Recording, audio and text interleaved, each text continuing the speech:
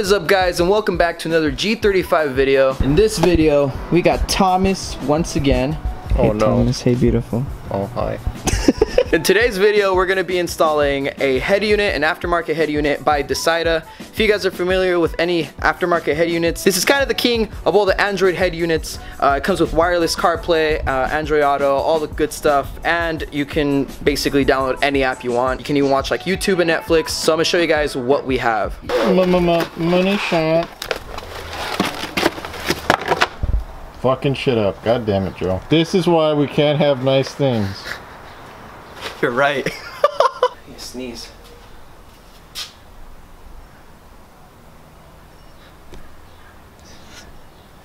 There's pressure, dog. The first part that we need is a dash kit. So this one is by Metra.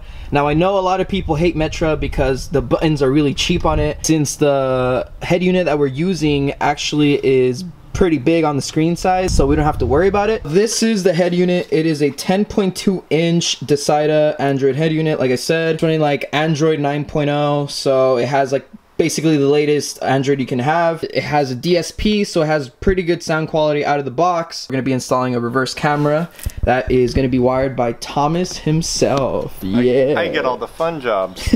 We're just gonna go ahead and install it and kind of mock it up with the wiring to see if it works. First things first, we're gonna go ahead and disconnect the battery just because we are doing wiring. So we're gonna go ahead and disconnect the negative, and then we're gonna go inside and we're gonna start mocking everything up. Now we have these aftermarket harnesses right here. These are for my vehicle specific. We're gonna go ahead and connect these to the head unit themselves.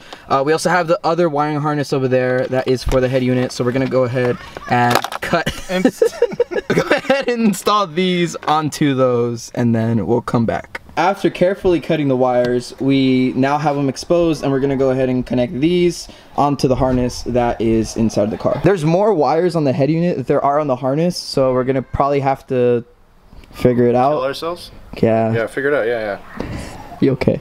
No. We ended up just wiring up as much as we could. There's still a bunch of wires that haven't been wired up. We're gonna basically test it out. We haven't soldered anything. We're gonna test this all out and make sure that it works. If everything works, we'll go ahead and solder it. We'll use heat shrink, we'll make it look nice, or butt connectors, whatever we use. But if it doesn't work, we're gonna have to play and fine tune and see what is working and what isn't, and then we'll go from there. I'm just gonna connect all these connectors onto the head unit, and then from there, we're gonna go ahead and turn it on.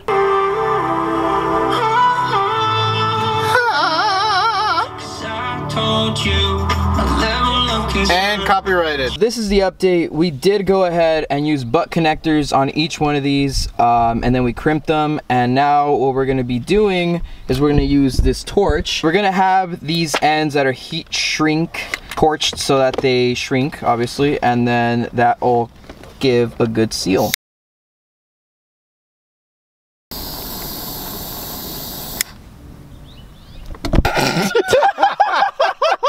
Smokey the Bear, dog. What the fuck was that?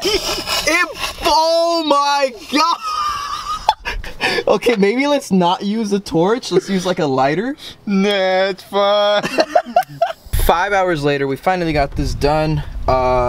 Went ahead and installed everything. I also did route a USB. It's 2 USBs to this, and it connects to the back of the double din. And then when you open the glove box, they are right there. So in case I want to charge something, in case I have a flash drive and I want to put some whatever files on there, I have that. I do like the way it came out, mainly because I wanted it to look like a floating screen and not have any buttons showing. So in case I did want to use them, I can go ahead and reach over in the back and use them. But if I get annoyed of that, I can also lower or adjust, you know, the height on the monitor itself. I have the radio playing right now, so making sure it works. So I can literally turn it on and off from here, which is pretty cool. And then got navigation, we got a bunch of stuff, we got the amplifier, so I'm gonna be able to fine tune exactly what I want. That's part of like the DSP and the equalization that they put into this, which is pretty cool. It does have Chrome, it has Z-Link, which I'll use in a second to show you guys. It has DVR, a bunch of features. If you guys really want to check it out, you guys can go ahead and check it out on their website.